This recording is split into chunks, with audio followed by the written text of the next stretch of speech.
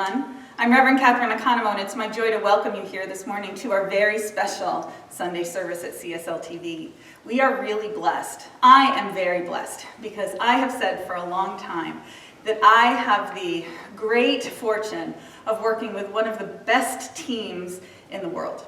And today, you're going to get to see why I think that, because our service is going to be led by our Practitioner Core. And so we are so excited to present this service for you, to share our gifts, and for you to see the amazing beloveds who have said yes to be of service to our community. And so without further ado, I'm going to turn it over to our practitioner and music director, John Foltz, and then you will have the great opportunity to meet the CSLTV team. Enjoy.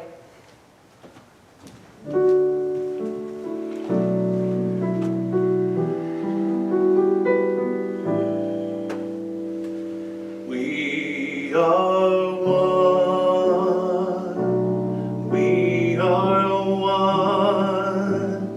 I am you. You are me. We are one. And in this unity, we all live in harmony, and peace has come, for we are one, and peace has come, for we are one.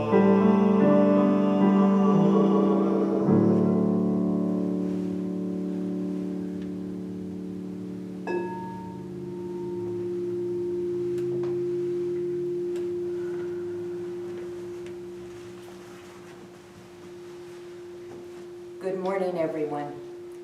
I'm Pam Migliozzi, and I am honored to give today's invocation. We are one.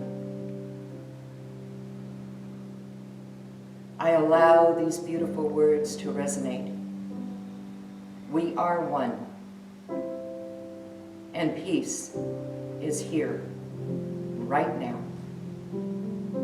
I know that the presence of God, the loving power, is in this very room and with everyone in the sound of my voice. I know that oneness and peace flows throughout our community, throughout the Temecula Valley, and throughout the entire universe. This is a beautiful service. I simply allow this service to open in love, in peace, and in thanksgiving. I let it go, I let it be, and so it is. Wow, thank you, Pam. Thank you for that beautiful invocation. Good morning, everyone. Welcome to Centers for Spiritual Living Temecula Valley's Sunday service celebration. How good it is to be here together in divine communion with each other. Centers for Spiritual Living Temecula Valley is a welcoming and open community. It is our joy and our gift and our honor to serve you. And so what a great moment today is. We are joined by our fabulous practitioner council and crew, and they are delightful and inspiring, and I can't wait for you all to hear the beautiful messages that come through today as we serve you and we honor you today. And so I know that the messages are going to be met in that space of love, in that divine space of spirit, weaving itself through all aspects of this service today. So welcome. It is our joy to be together in community today. And so I think it's time for a congregational song, John. So, right? All right. I'm going to ask Pam Migliozzi to come back up.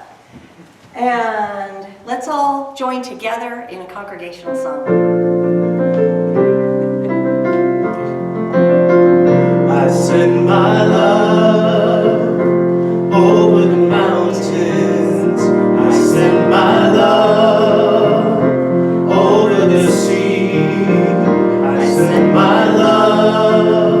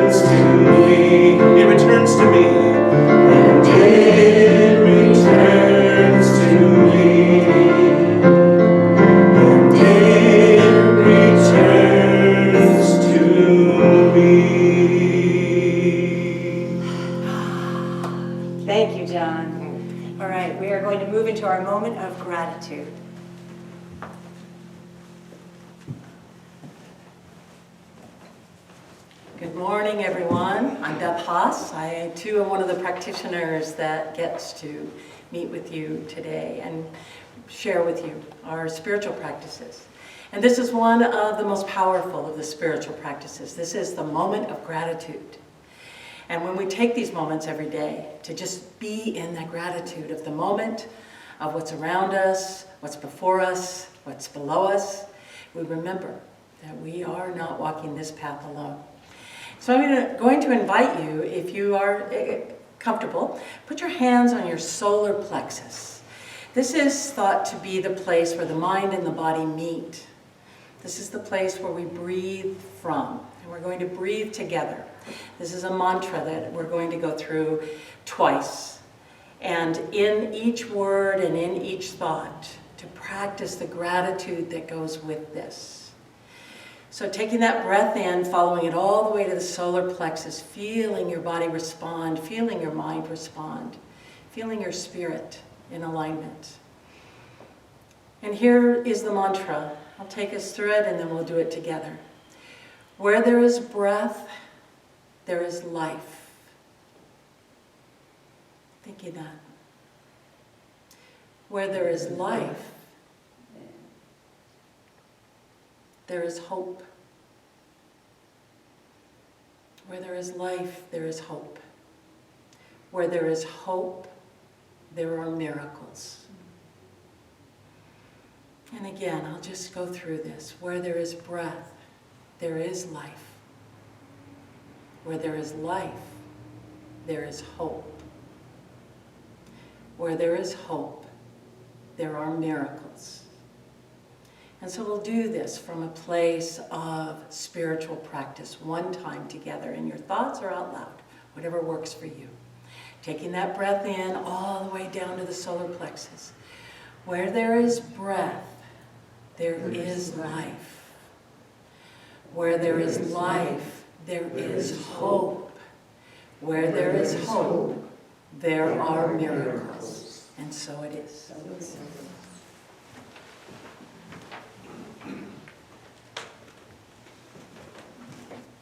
Good morning. Janie Curry, imagine that. One of the most powerful, beautiful, magnificent, divine, spiritual experiences is that of abundance. The abundance that fills us completely and is part of the life we live, the smiles that we see, the greetings, the love, and the presence of simply being one. And an incredible expression of that is prosperity. And we get to share that in many ways, but one of the most blessed for me is with my spiritual center. And we can do that easily. You can call Diane and she'll run your card.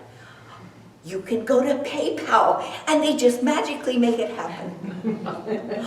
Or you can simply put it in an envelope as a check and send it along and it's gonna get here.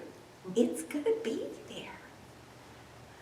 So I invite you in this precious moment of renewing that prosperity of gifting, to hold that gift close to that beautiful heart center,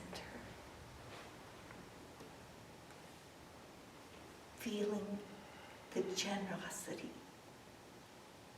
the love, the flow of giving. And say with me this beautiful affirmation. Divine love, through me, blesses and multiplies all that I am, all that I give, and all that I receive. I am prosperous now. Thank you.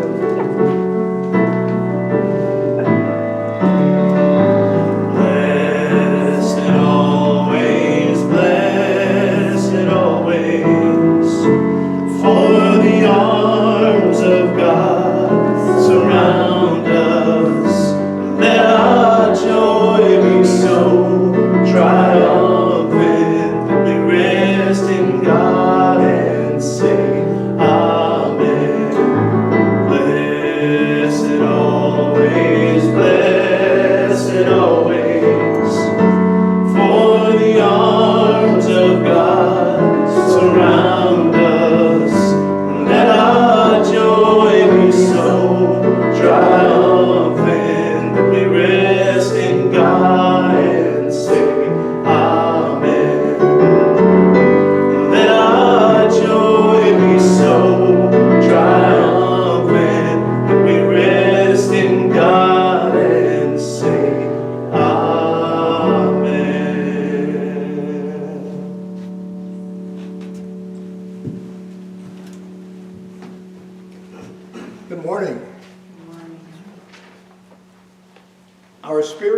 reading for today comes from our book for this year, 365 Days of Richer Living by Ernest Holmes and Raymond Charles Barker.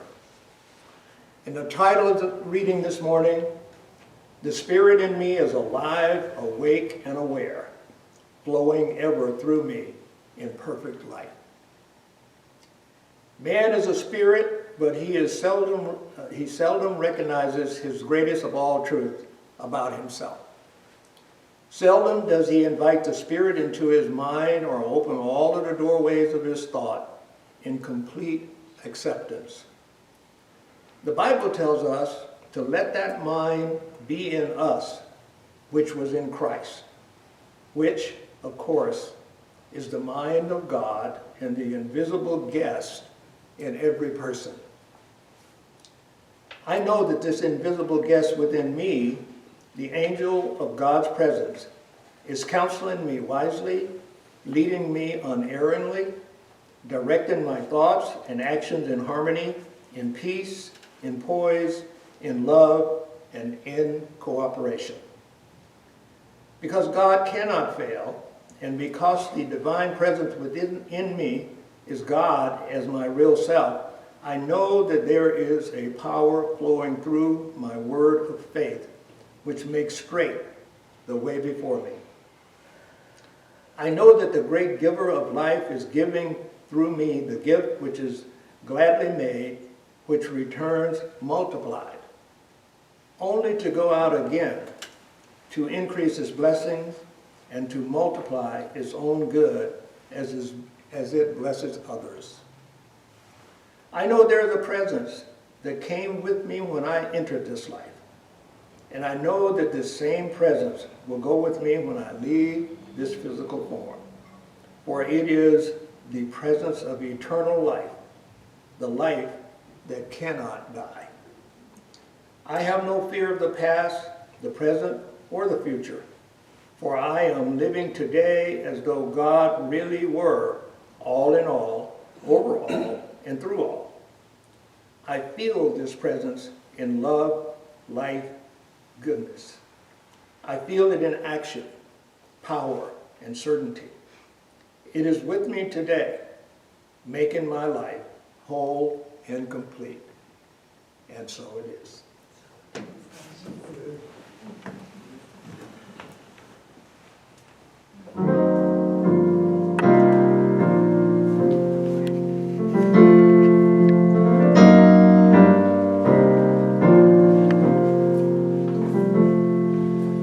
Let us turn our thoughts today to Martin Luther King.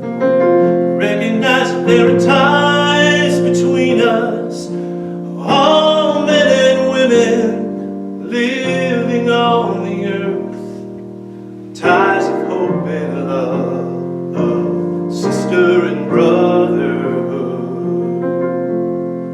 We are bound together in our desire to see the world become a place in which our children can grow free and strong.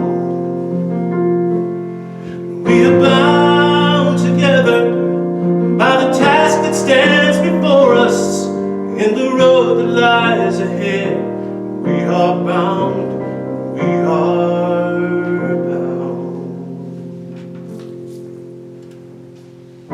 There is a feeling like the clenching of a fist. There is a hunger in the center of the chest. There is a passage through the darkness and the mist. And though the body sleeps, the heart will never rest. Shed a little light on low,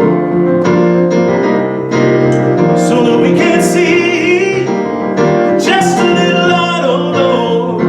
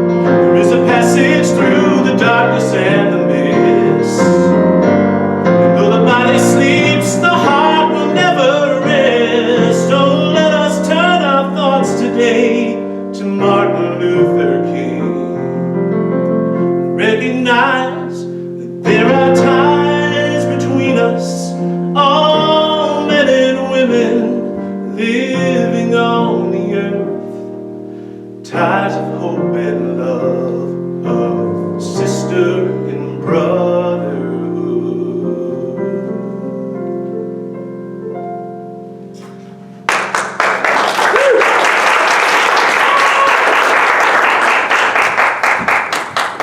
Wow, thank you. That was beautiful. I was over there singing, remembering when the choir did that one and how much I loved singing with my fellow choir members, and how amazing it is to be here with you all today. I'm Tina Foltz. I'm a licensed spiritual practitioner here at the center, and it's quite interesting to be on this side of the camera after the last year plus often hosting the Facebook feed. So hi everyone, so great to have you here. I'd like to start off by asking just a little favor. I'd like to invite you to think of everything you can possibly think of about a practitioner, any ideas, beliefs, thoughts, and just bring those to mind. And then imagine a basket in front of you and place all of those ideas into that basket. And then I'll invite you just to set that basket aside just for the time being. And now, with this clean slate, I would love to introduce our founder, Ernest Holmes' definition of what a practitioner is. A practitioner is one who practices mental and spiritual healing. The professional mental and spiritual practitioner is one who has dedicated their life, time, energies, intelligence to helping others through mental and spiritual means and methods. Now, Ernest Holmes goes on to share lots more about what a practitioner is, and I kind of just took some golden nuggets that I loved. And he also shares that within all of us, there is a perfection that has never been touched nor harmed. And the job of a practitioner is to practice seeing, feeling, knowing that space of perfection first within themselves, in their own consciousness, and to be able to know this for another. Now, I personally love being a practitioner and have had my experiences along the way that I had this idea, and I'm just going to let you in on a couple of secrets, because I personally had this idea that when I went through years of training and spiritual study, that once I became this licensed practitioner, that I would somehow be done with all the work, all that work of digging everything up and looking at my own beliefs and rediscovering who I am and connecting to the divine, that there would be a finish line. Well, hate to break it to you, but that's not true. And the truth is, I also wouldn't want it to be over, because that's where all the rich beauty of life can really emerge, when we take that time to get to know ourselves, to get to know that divine relationship that we experience with the divine on a daily basis, and reassess that constantly. So in this, my secret, I'm not sure if I completely revealed this yet, but practitioners don't just have all the answers, you know? And I think that that's okay, because it allows us to come forward with life's conditions and experiences and to see clearly through it, not with an answer. That's not our job. Our job is to know spiritual truth for ourselves and for others. Recently, I was chatting with a friend, and it was shared with me that as a licensed spiritual practitioner, that somehow I must have special tools to work through kind of all of life's problems.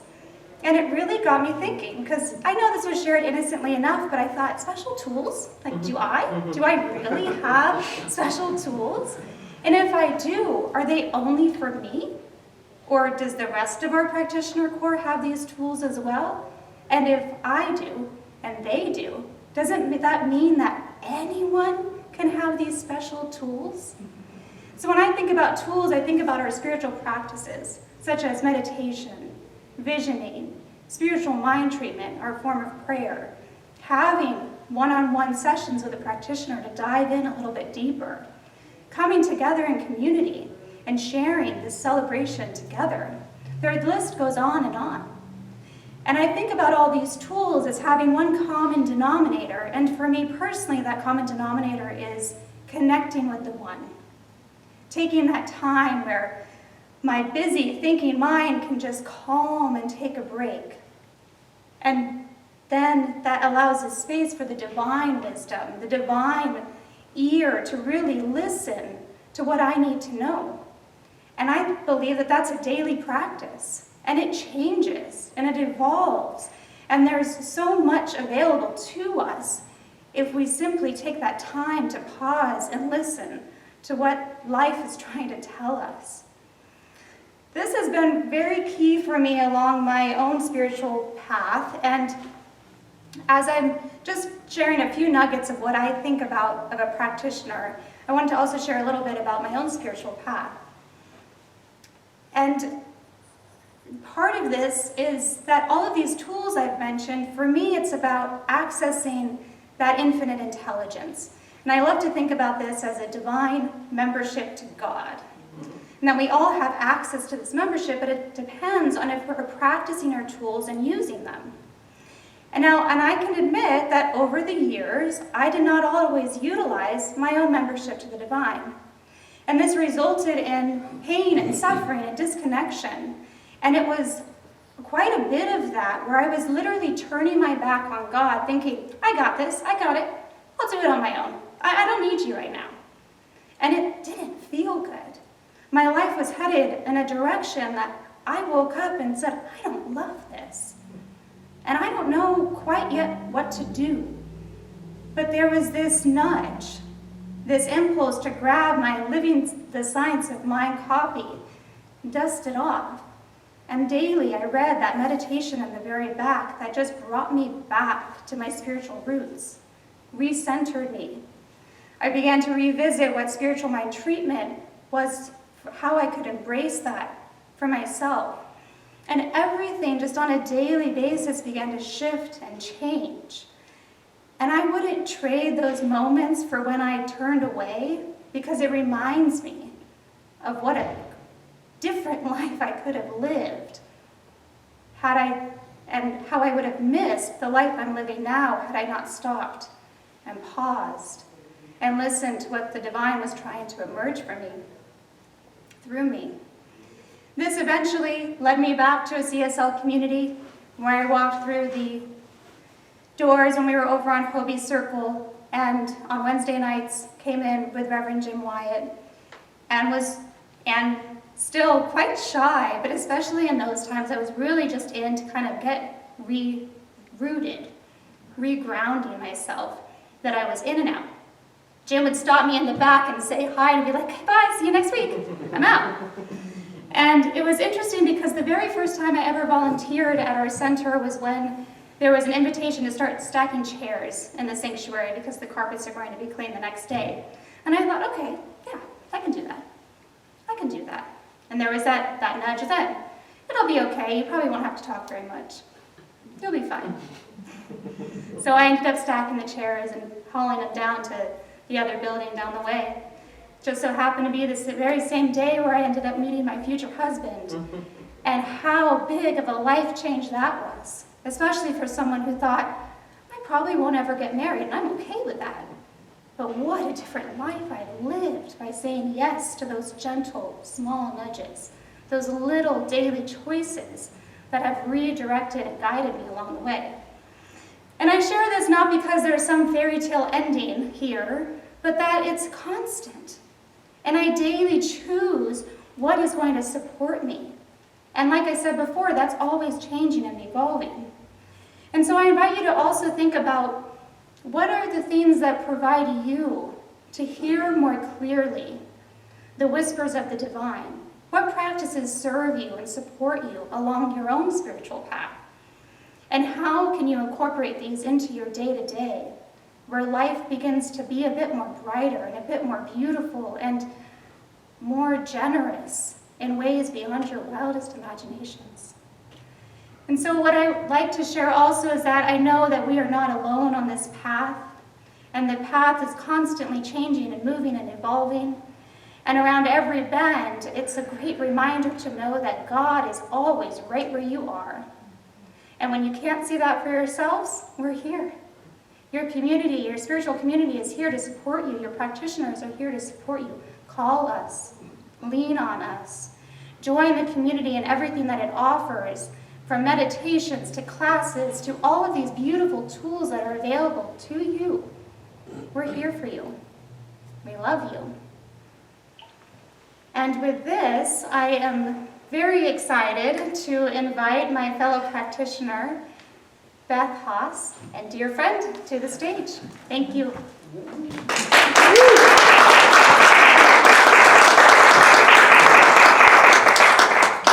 How fun is that? How inspiring. How inspiring. So I'm Beth Haas again. I'm one of the practitioners. I was teacher for some of these other practitioners, which is so nice when the teacher sees the students laughing and going just slightly past. It's a thrill. So, did you know when you're scared, perhaps a new situation, perhaps an unfamiliar or an unknown event, perhaps something kind of slightly icky that's on the horizon, and you're scared, if you change one letter, you change everything. If you take the C in scared and you scoot it over one spot, and you take the A that was behind it and you put it in front, you change scared to sacred, and everything changes. Think about the feeling when you think about being scared. There's a certain clenching and constricting, and when you change that to sacred, it opens up and you drop into that awareness. Just as Tina mentioned, we are not walking this path alone. So the title of my talk is one of those tools that Tina talked about, one of those secret tools that isn't secret at all, which is spiritual reframing. What happens when we change one thing?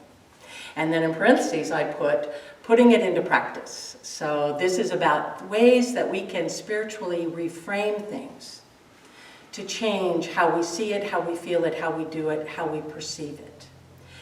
So on Facebook, and I brought a thing, and I know it's not going to translate, but that's okay, because it helps me, keeps my hands from shaking a little bit. There's a cartoon that's been going around on Facebook, a meme, that shows two men sitting on a bus.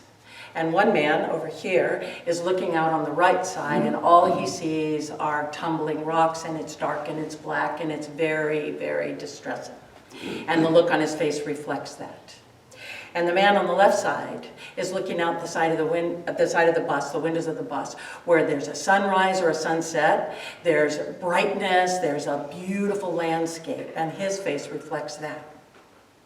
So in spiritual reframing, the question is, what happens when we change seats on the bus? What happens when we simply move our perspective from seeing despair or distressed scenery to seeing the sunset, seeing the brightness, seeing the horizon spreading out? That would be an example of spiritual reframing.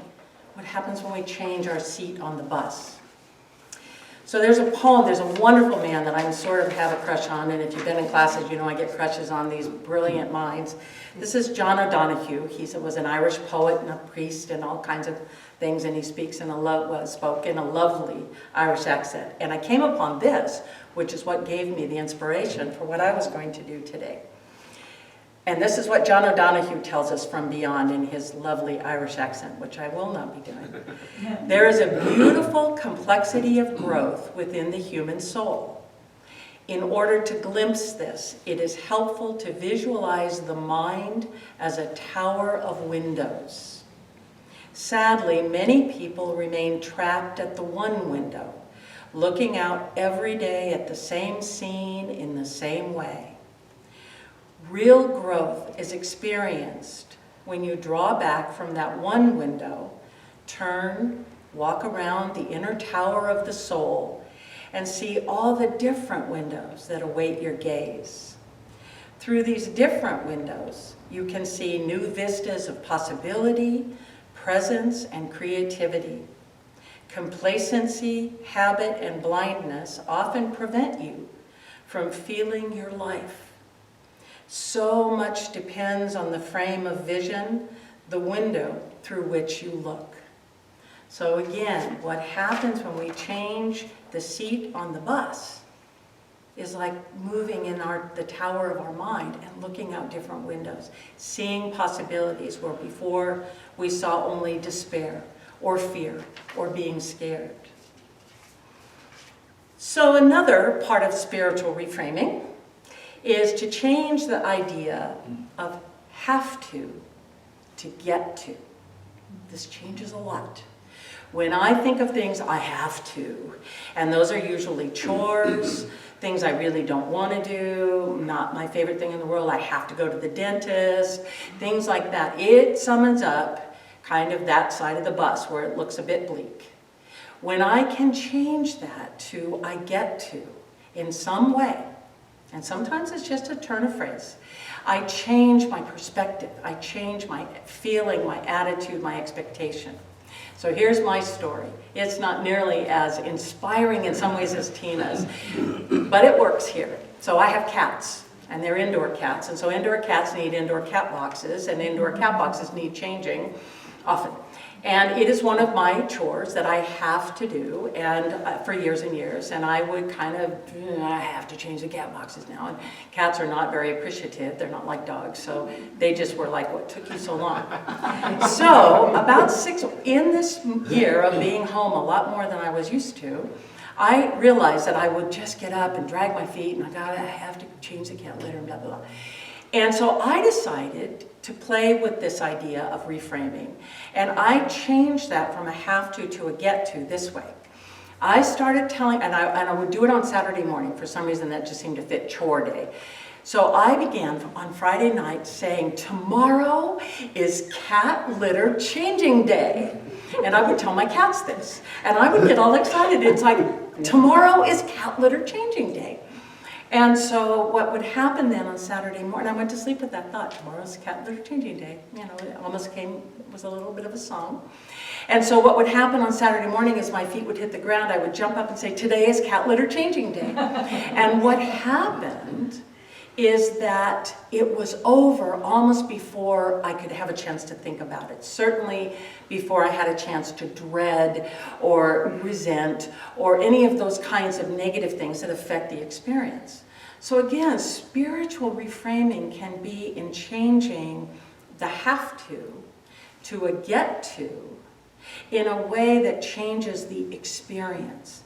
And when the experience changes, then my perception of it changes, and I no longer feel that I'm being put upon or that I'm doing something that I don't really want to do.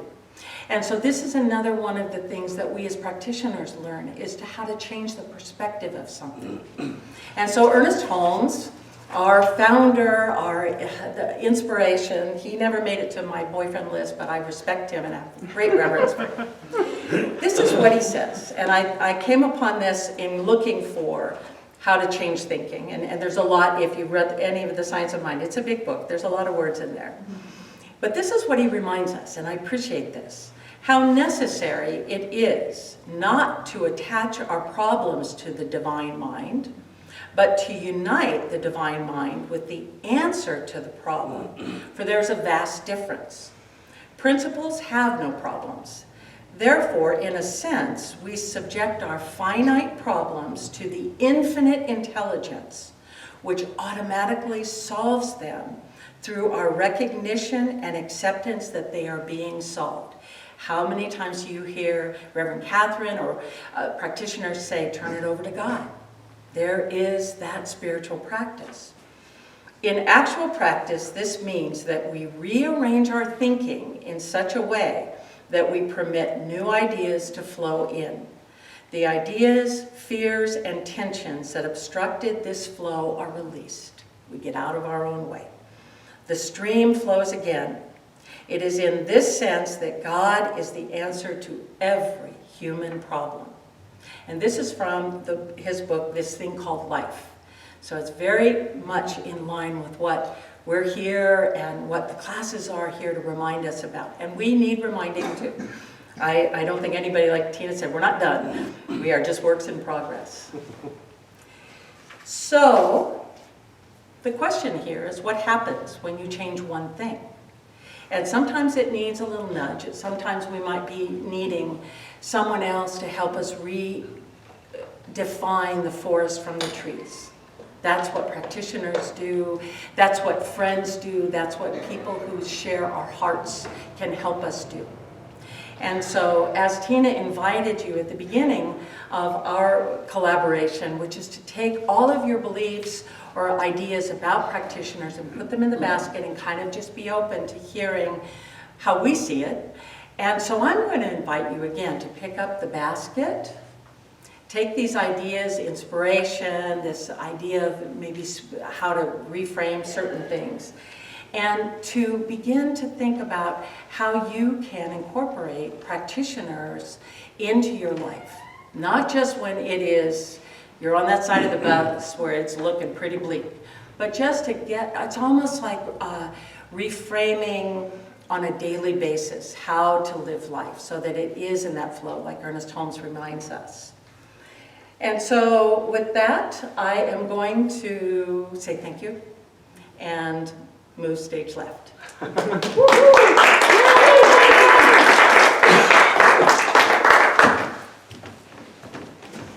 So cool, both of you. Yes. Yeah, I don't want to follow either of you. It was great.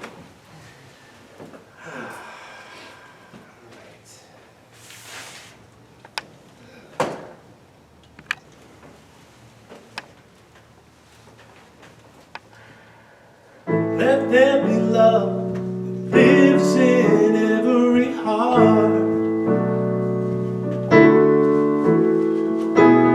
Unlearn the fears that cause goodwill to depart. Take a breath, open up and impart.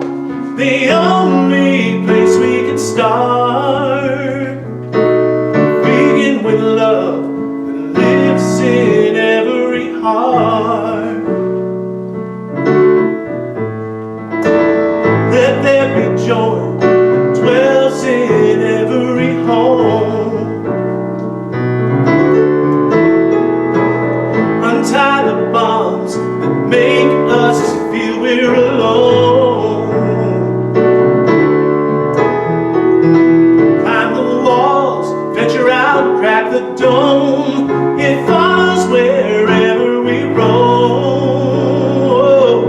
When there is joy that dwells in every home. Some say innocence is long gone, there's still no chance to survive. Poverty, injustice, and war, well, they're very much alive. I say have some mercy, put the word back out on the streets. There's no need for moving mountains when they crumble at our feet. Let there be peace that spreads all over the land. Unclench the fists that spew forth every command. Oh, light the flame, be the change, understand. We hold it in our own hand. We are the peace that spread all over the land. When there is joy that dwells in every home.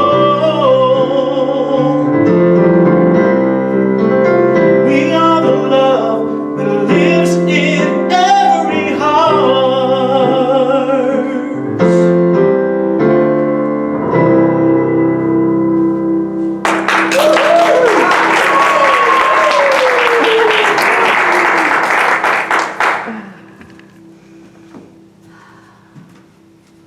That's so beautiful, John. Thank you so much.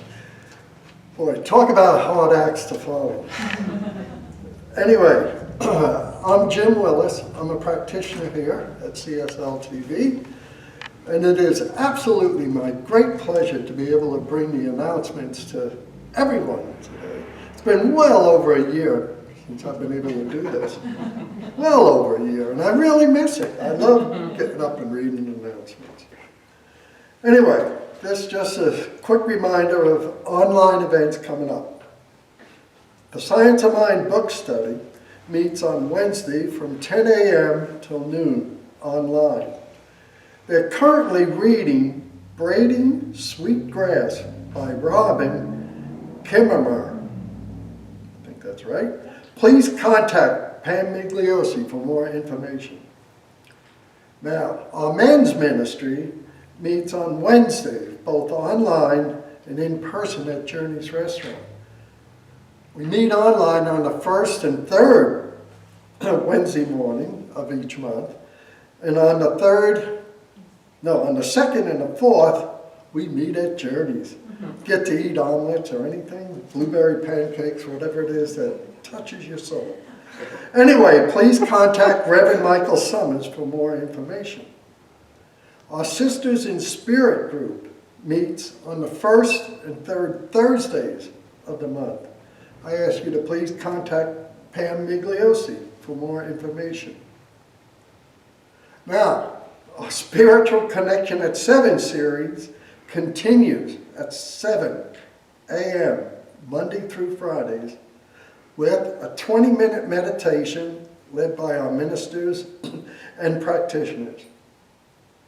Our CSLTV Community Connection is a happening, man, on Wednesday evenings at 7 p.m. with Reverend Katherine Economou. Truly, this is a time of sharing, discussing, and connection. Now, one last announcement that I'm not very happy doing, but I'm going to do it anyway. Our beloved artistic director, John Foltz, will be stepping down at the end of the month after 12 years here at CSLTV. So we are planning on honoring and a send-off for him on May 30th. So if you would like to submit a blessing, a sweet memory, or well wishes, please send them to Pat Clark before May 24th. Her email address will be in the chat box today. Now it's my great pleasure to invite practitioner and dear sweet friend Mary Russell to do a closing treatment for us all.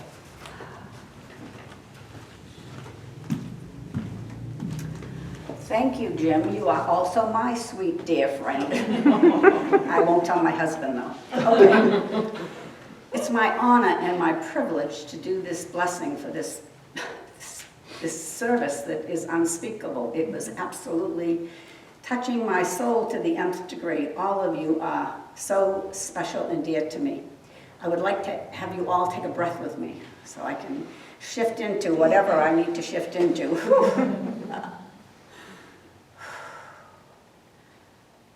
God is here. We know God is here. He has been acting through every single person in this service today. Love, light, joy, peace, harmony. God is here doing its thing, creating more and more blessings, more harmony, more joy. For that's what God does through all its creation, and we are its creation. Oh, so magnificent we are. We are full of love and joy and peace and harmony and talents we don't even know about. And you've seen lots and lots of them come through our practitioners today. It is absolutely spectacular. Oh, we heard that we are all bound together, for there is only one. There is only one spirit, one life, one joy, one harmony, and we are part of it. We are an expression of it. In the words of the song that John sang, bound together we are.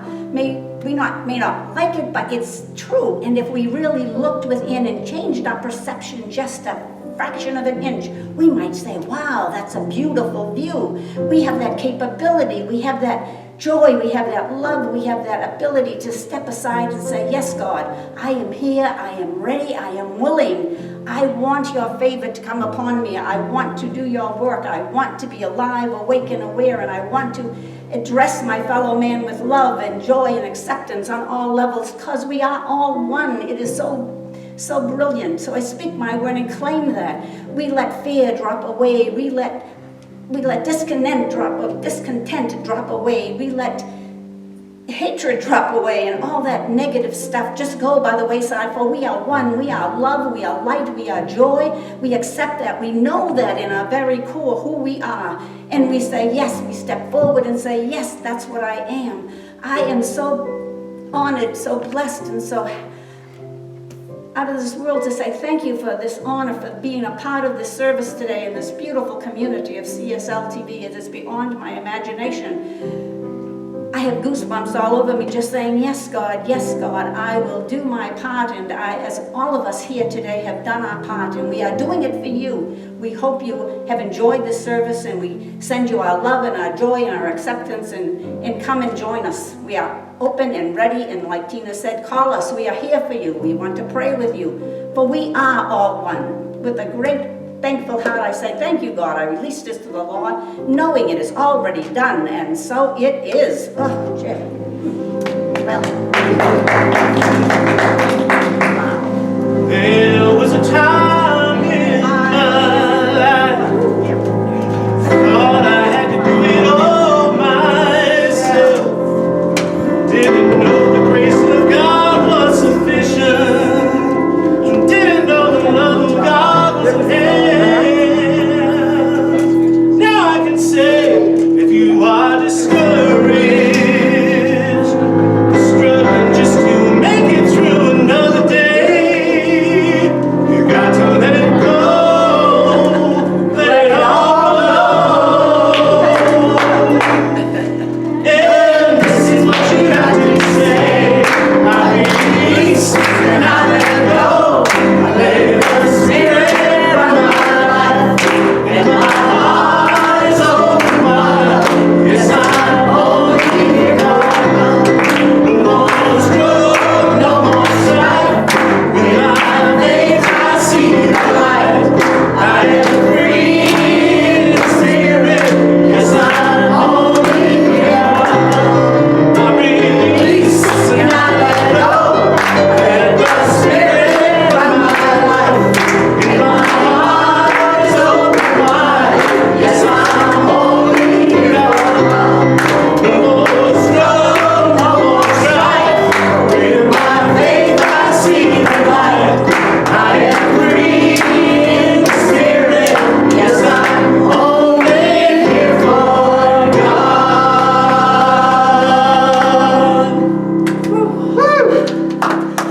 Through me, everything is absolutely perfect, for I know that through each person that has taken part today, that love, peace, harmony, and all the attributes that are the Christ consciousness are present now.